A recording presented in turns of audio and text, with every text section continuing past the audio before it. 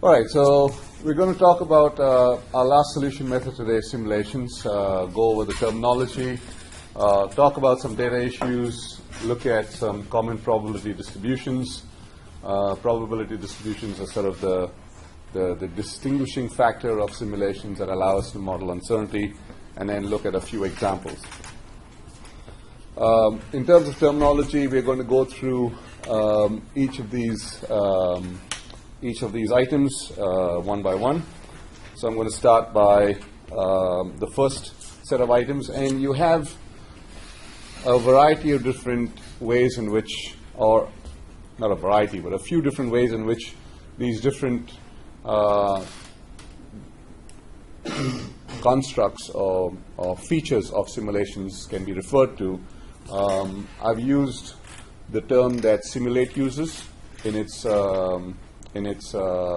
manual, and then the more general term I've put into the parentheses next to it. So the first item, or what Simulate calls the work objects, the entities, can be recognized as objects that move around the simulation. They change their status. They can be items that are produced. They can be even abstract items, pieces of information. For example, they can be emails. They can be emails that are replied to, so the status changes. Emails that are read. Emails that are deleted. They can be people, patients.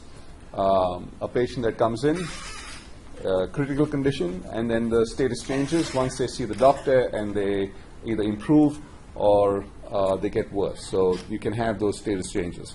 And again, it's it can be anything that we want to model can be something that moves through the system.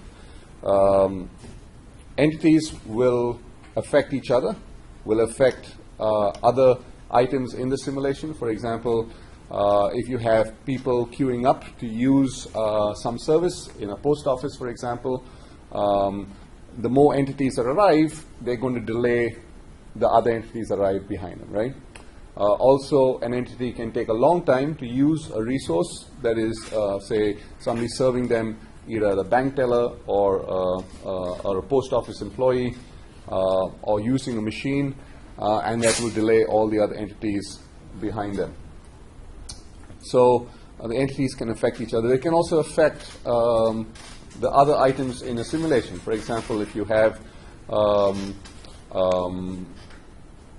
a patient that comes into the hospital and that patient is critical, needs immediate attention, it might pull resources like doctors and nurses from other patients, right?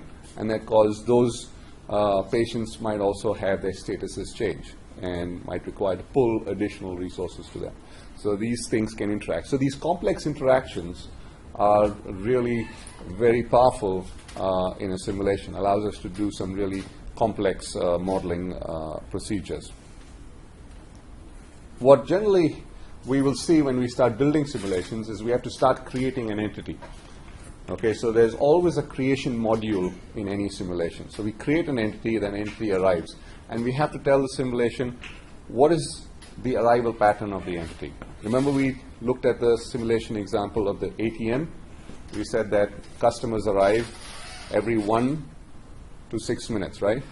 Or every 2 to 6 minutes, something like that. So we'll have to tell the entities when they can arrive, or we'll have to tell the simulation when entities can arrive. And then how they leave the simulation depends upon what is going on in the simulation, right? Processes that are assembling something, manufacturing things they're working on the entities, or patients that are being seen to, customers that are being attended to. And then once all those processes are done, then the entity leaves the simulation. Okay? Typically, you're going to see real things. Now, even though I say an email is an abstract thing, it's a real thing. It's a real piece of information. That's real bits and bytes, right? It's a real information construct. But usually in logistics, you don't really see that. So typically, we see what freight trucks, a product that is moving through a supply chain. Now, attributes or labels, as Simulate likes to call them, are characteristics that are attached to an entity, right? Usually these characteristics do not change, but sometimes you could have an entity that has different characteristics. So, for example, what is the employee's level of health? And that characteristic, a patient's level of health, and that might come in, a patient might come in as critical, and then that attribute or health might change. So you might have the levels of each attribute that change, but the attributes itself remain constant. So, for example, you always know that a patient is going to have some level of health, right? You're going to see that an entity has got some color, has got some expiration date if it's in assembly or it's in manufacturing mode. If it's a package or if it's pallet, it's going to have some weight to it, right? So those attributes are not going to go away, are not going to change. And resources are usually items within the simulation that entity really needs to use, and they usually compete for. So resources are really often what we are interested in as modelers. We are interested in understanding how to use those resources, where to place those resources, how many of those resources to place, and those usually are the business case, the business question that we are trying to answer. So in the ATM example, we are trying to answer the question: should we have a faster ATM? Is the current model of ATM appropriate? Should we have multiple ATMs? If it's in a warehousing situation, we might ask ourselves, do we need a faster conveyor belt? Do we need a higher capacity shelving unit? Do we need more front loaders? Do we need more pallet handlers? Right? In a hospital situation, we might be asking, do we need more triage nurses? Do we need more people in the check-in? Do we need more doctors, more nurses, etc., etc.? So those are the resources. Do we need more beds? Those are the resources that entities are usually competing for, and usually are indicative of what our investment is going to be. So in the simulation language, we say that an entity seizes a resource. What that means is a resource is now attending or is now is servicing a certain entity. So in the simple manufacturing example that we create, we'll see that we have multiple manufacturing stations where we're working with gears, for example, and we're shining the gears. We are polishing the gears. We are cutting the gears. So for each of these machines, each entity, each widget is now going to seize that resource until that process is complete. All right. So that's the language we use. Now you can also have some resources that have multiple servers.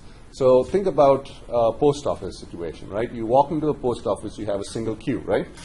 And then what do you have? You have multiple post office employees, multiple windows that are attending to each customer. So you have a resource which is the server, but that server can have multiple units working in parallel. Same way in the bank.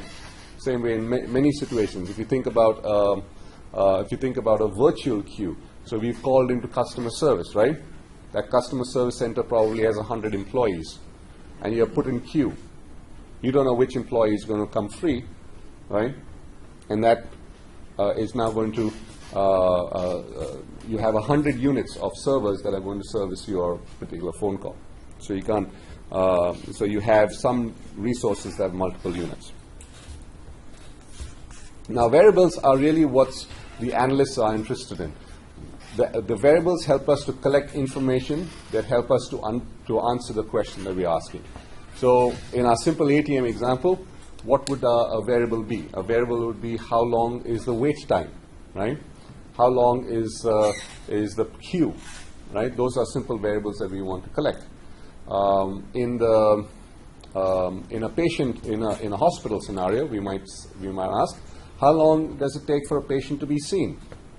We might also ask another question, how long is the ATM used for? How long is a doctor, how much downtime does a doctor have? How much downtime does a nurse have? Is doctors and nurses being utilized 100%? I mean, that too is bad because you want to allow them some some rest in between, and also give them a break in between seeing different patients in order to be able to understand or recover a little bit. So these different variables in a distribution setting, you might ask another variable. It would be, what's the throughput? How many units are being shipped a day? What is the number of pallets that a picker can be managing with a pallet truck? The activities are a number of different activities that can be conducted. So as I said with our simple manufacturing example that we'll be building up, we'll be looking at setting up 3 or 4 different machines, routing the different gears based upon what type of logic we want to set up. If something is damaged at an inspection point, how do we route it back to origin? Do we put it into a work store for it to be retrieved later on, or do we send it for further manufacturing? So those types of activities will determine all the different workstations that we have in the simulation. Now, it might get a little confusing because most often activities are conducted by a resource, all right? But in some cases, you might have certain types of abstract activities. So, for example, you might have something like inventory control. You might say, okay, you have inventory which is sitting in a queue, which is really not a queue, it is a storage room, right? And in this storage room, you have items that are just sitting over there, and then an activity is checking the inventory. All right? That checking of the inventory is just logic that's built into the system that is not part of any resource center. Right? It's just a logic that's built in that say, okay, if you have so much of inventory, then you're going to do this. If you don't, then you do that. Right? So that is an activity as well, but it's not tied to any particular resource. And it also that activity now then determines, okay, how is an entity going to then proceed? Is an entity going to be pulled from the inventory, or do we have to order an entity from a supplier? So again, the routing is going to be affected by that particular activity. Queues are places where entities have to wait in line for using a resource. So these are typically how queues are used, as I just explained. You can use queues in more imaginative ways, but most often in a simulation. And I want to distinguish over here for a second. The simulation that we're talking about here is called a discrete event simulation. Okay, so we are talking about, and queues are unique to what are called discrete event simulations.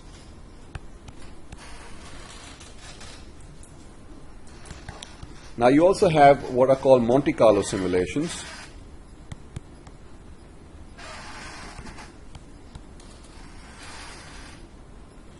where you don't have things like queues, and you may not have items like entities and resources, etc. What's the one? Monte Carlo, just like the gambling place, Monte Carlo, and again, the term comes from the fact that it is originally used for calculating gambling odds. So the discrete event simulation is what we're going to be working on today, and that's where we see queues, and that's where queues are used to store entities till they can use a resource. Now, queues can either have a certain capacity or they can have an infinite capacity. If you have a telephone exchange, for example, and you have customers waiting, in theory you could conceivably have an infinite capacity queue, right? You don't have to have customers physically lining up. Of course, if your queue becomes too large, then you want to probably have a limit or inform customers that you are 100th in queue. That would be a really bad thing. But anyway, you want to give customers the option of leaving the queue or telling them it's going to take over 2 hours for their question to be answered. So you can assign different capacities. A good example of a capacity would be, if you have a post office queue, then after some time the people just close the post office until they processed everybody and then take more people in. So also as a modeler, you want to see what's going to happen with people who. So what happens if the queue at the post office is too long? What happens to customers? Do they just wait in their car? How long do they wait in their car? That's like a queue, right? Do they go away? Do they go to another post office? What happens to somebody on the phone? Are they going to call back? And that's where you see now sometimes when you call customer service number, they have what's called virtual queues. A virtual queue is you don't have to sit waiting on the phone all the time, but they say, we'll call you back, right? And so then they call you back, and sometimes they will, at least the more sophisticated customer service services, offer you a time window and say, can you give us a time window? And then they will call you back within that time window because you don't want them to be calling you if you're working, right? So those are different ways in which you can manage what happens. And sometimes you just say you lost the customer, right? If you don't have enough capacity, then the customer just goes somewhere else, like our post office. So again, something that can be confused with events, and that's why this distinguishes itself from a Monte Carlo simulation, where Monte Carlo simulation is just a simulation that just keeps churning out different numbers, and you use certain logic in order to determine what's going to happen with each set of numbers. In discrete event simulations, everything is based upon an event. So a customer arrives in a simulation, so you generate a customer, that's an event. A customer joins a queue, that's an event. A customer seizes a resource or an entity seizes a resource, that's an event. A resource finishes processing, that's an event. So those are discrete events that happen, all right? So that's the basis on why we call this a discrete event simulation. There are also other items that can also be discrete events. For example, what happens when an event is if you have an ATM machine or a manufacturing machine break down, or then it's repaired and it's up again. Then you have events where different entities or resources interact with each other. Like I said, you might have a patient come into the hospital. That patient might be in a fair condition, but all of a sudden it takes a turn for the worse, and then they become critical. Now that is an event where the status changes, and that can affect other entities, other resources, where now resources are pulled, and other entities then might also have their condition get worse. Any questions so far before we proceed to the second part of our simulation? Everybody's clear about this? Okay. So in terms of the modeling, we need to be able to set up what's called stochastic data. Now, we know what stochastic is, right? Stochastic is data that takes on some sort of a probability distribution. It's not one single unit, which is discrete data. It can take on a range, a domain of values. So if you think about the normal distribution, what's the domain of values it can take on? Any value from minus infinity to plus infinity, right? If you think of a uniform distribution, it can take on any value from the minimum of the uniform to the maximum of the uniform distribution that we set. So we have to understand how this data, how this process in the real world can be modeled using this stochastic data. How often do customers arrive, right? How long does it take for a customer to use an ATM? How long does it take for a doctor to administer a patient that typically comes in a critical condition? Of course, you can have a number of different conditions, from cardiac arrest to significant trauma from an accident to gunshot wounds, etc., etc. So you have a variety of it, but on average, you have to see how long does it take to stabilize them, right? Also, you have to see what happens to resources. How long do resources take to process their different entities? How long does it take before a resource, for example, breaks down, right? You might have machines that break down every once in a while. What is the data that shows a model of that process? So in order to answer this, we can either guess, which is always a bad thing if we are trying to develop a model of some business system. I mean, it's a viable option. If you don't have any data, you can go ahead and guess what is happening. And there are ways in which we can do that, and I'll talk about that. Or more importantly, if we have access to data, we can analyze the data and see how it fits a certain distribution, and then we can use the model of that distribution into our simulation. So one thing to remember is that the data is what drives the simulation. Whatever data you put into the simulation, you're going to get a result out of it. So the more reliable the data that you put in, the more reliable the results are going to be, right? Just like with anything else.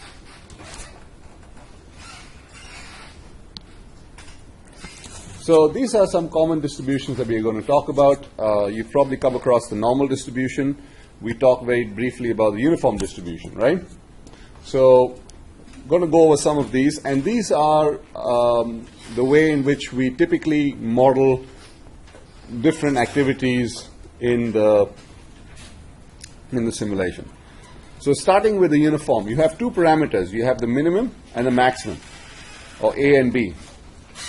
So that's the domain of the values that you can get from that particular distribution. So you could say that if you wanted to guess, for example, this is a good distribution to use when you want to guess, what are the typical values of a process. So you go into a company and you say, okay, how long does it take for your supplier to supply you your product? And the person who's in charge of, who's the supply manager, says, look, it comes within 3 months to 4 months. All right, so then that's your minimum and maximum value, 3 months and 4 months, right? And it's equally likely in between because there really is no data. So again, this is a guessing. This is a good distribution if you have to guess what the type of process is. Now the key thing over here is that any of the values between A and B are equally likely. Okay, and that's why it's called a uniform distribution. So all of these values are equally likely. So the height is an indication of what is the likelihood. And you can see the probability is 1 over B minus A is whatever the range is, the ratio of that, the difference between the max and the min. Triangular distribution is now a little bit more nuanced. You have a range, and suppose again our lead time example, the manager says, yeah, it's anywhere between 2 months and 4 months, but most likely in 3 months we are going to see most of our items supplied, right? So in that case, we can say that our minimum is 2 months, our maximum is 4 months, and our mode is 3 months. So this is at 3 months. And again, the distribution can have different shapes. It can look like that. It can look like that. So it can be left skew, right skew. It can be symmetric.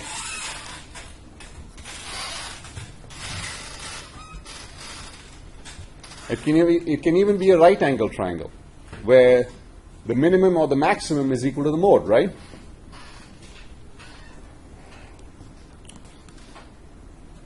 Again, it's used if you really don't have, or you can also use this if it fits the data of your model, and we'll talk about that when we get to the data fitting part. Now, you also have the normal distribution that we are all very familiar with, and with the normal distribution, you can see that you have the mean. Yes. How did you describe the mode of your last example? The mode is the most likely event. Okay. So if you look at a frequency histogram, and if you plot the frequencies, the data point that has the highest frequencies, that's your mode, right? That's your most likely event.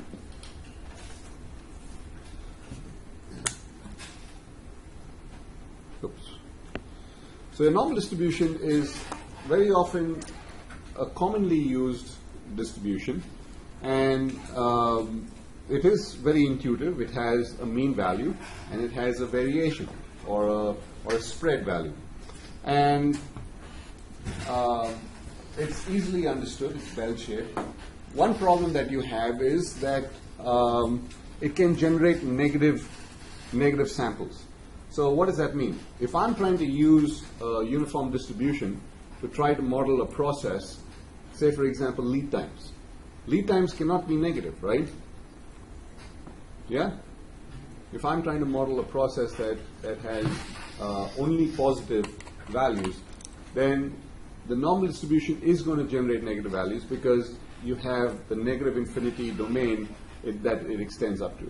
Now, for practical purposes, we can try to avoid that, where if we use a rule that says the mean is at least 3 or 4 standard deviations above 0. So, for example, if you have a mean of 40, right, and if you have a standard deviation of 10, then you might get away with not having any 0 samples, right, or non-negative samples. Any negative samples.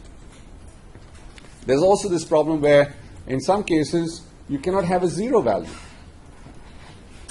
Now, in that case, some researchers say, let's just use a triangular distribution, or we can use a gamma distribution. So there's other ways to get around it. As you get more involved in simulations and you take classes in graduate programs, then you learn how to deal with these nuances.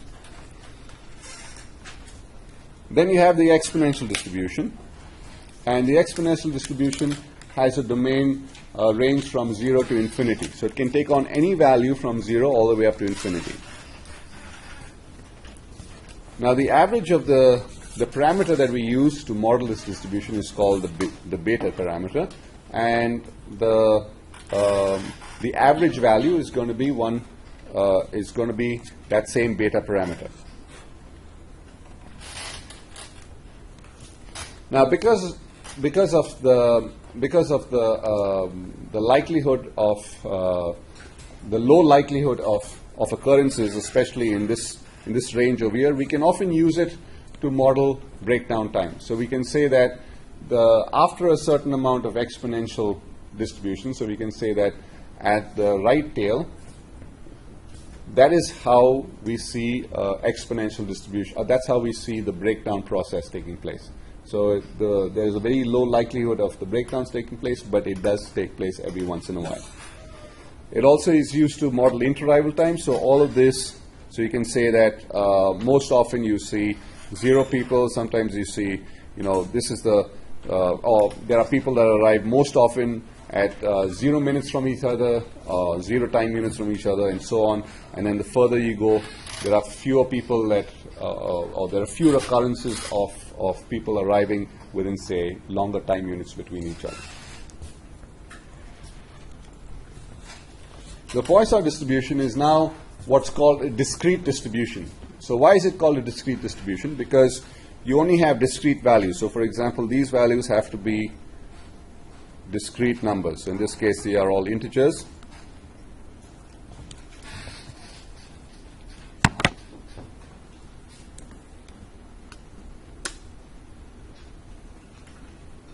And the parameter that you have, often it's referred to as lambda, is the mean parameter.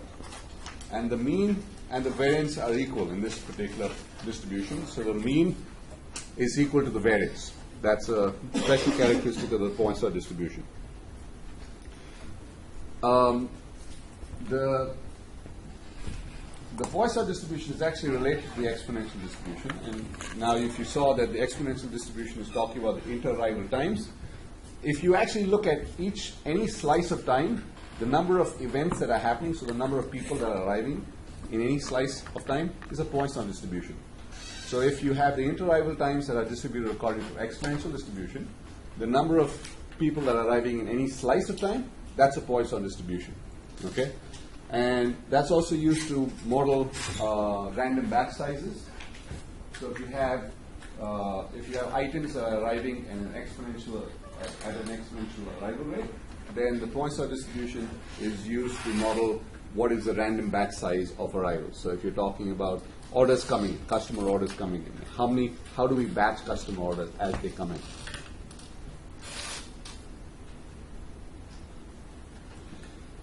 Then we have what's called the empirical distribution.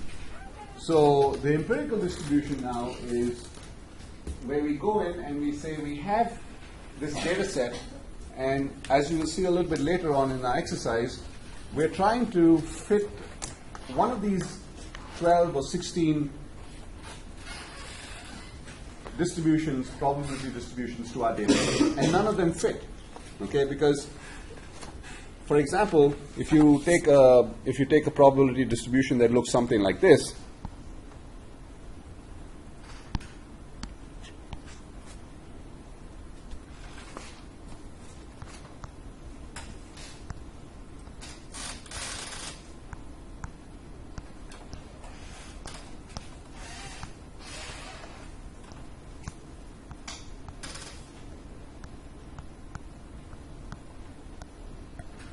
you're not going to see any distribution that fits this, right? So then what we do is we say, let's come up with an empirical distribution where we say, what are these values? Like, say these values are x1, x2, x3, etc., all the way up to xn. So we have n number of values. And then we say, what is the probability of each one of these values? So this is px1, this is the probability for px2, oops, this is the probability for px3, etc., all the way up to pxn. So that's the probability of that particular event happening. And that's what the basis of a empirical distribution is. So the range is all the values that we have in our data set. Okay?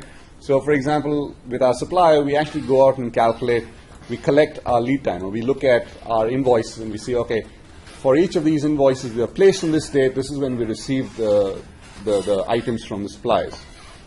And we go in and we plot it and we say, okay, this doesn't make any sense. So what we do is we come up with an empirical data set. And that's what, for each of those lead times, when we plot our histograms, we come up with a probability distribution based upon the probability of each of those lead times actually occurring. Okay? Any questions so far? Yeah.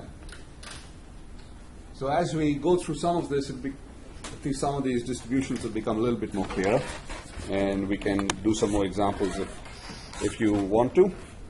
So that's the input side. Now on the output side, I said we need some variables that will allow us to be able to actually answer the questions, collecting data from the simulation that will help us to identify or help us to answer the questions that we've identified ahead of time.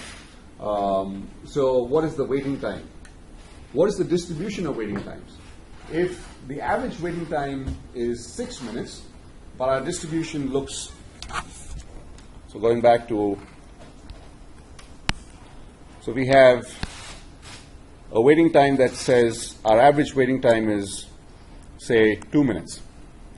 But if we can see that our distribution of waiting times looks something like this,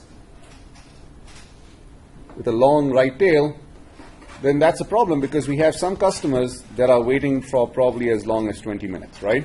So we want to see what is the distribution of waiting time as well. So all of these variables can be collected in the simulation, and as part of that, we have a variety of different features in the simulation that we can exploit.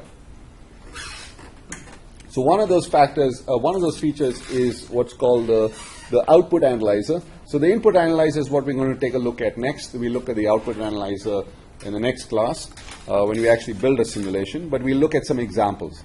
So the input analyzer is basically looking at analyzing the data that we have to input into the simulation. Now this is kind of a little bit of a strange thing because in the past we've not really had to analyze any data before we actually model it, right?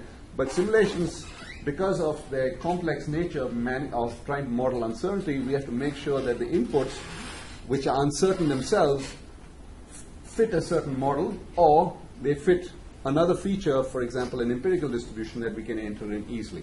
Okay? The output analyzer is what allows us to actually do some statistical tests on the different nuances that we want to build. Remember what I said, one of the features of simulation was they're not going to tell you which is the optimal solution. So how do we decide what is the best simulated business model? We're just going to come up with a variety of different scenarios, different experiments.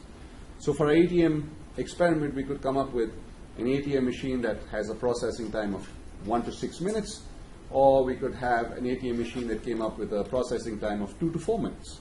Or we could have 2 ATM machines that had long processing times of 1 to 8 minutes, right? So those are our scenarios. In a hospital scenario, we could say, okay, what if our hospital emergency room had 10 beds and 16 doctors and 8 nurses? That's a very, very well served emergency room.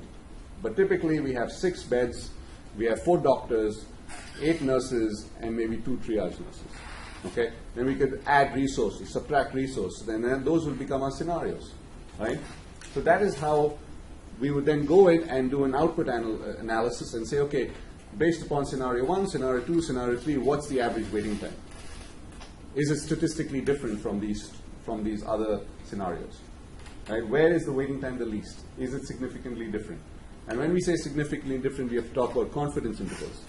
Are the means different? And are the confidence intervals, so the spread of the mean, also adequately different?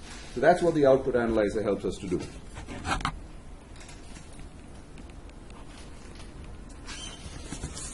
So next we're going to take a look at the input analyzer process. So very quickly I'm going to go over this input analyzer process over here. Let's see.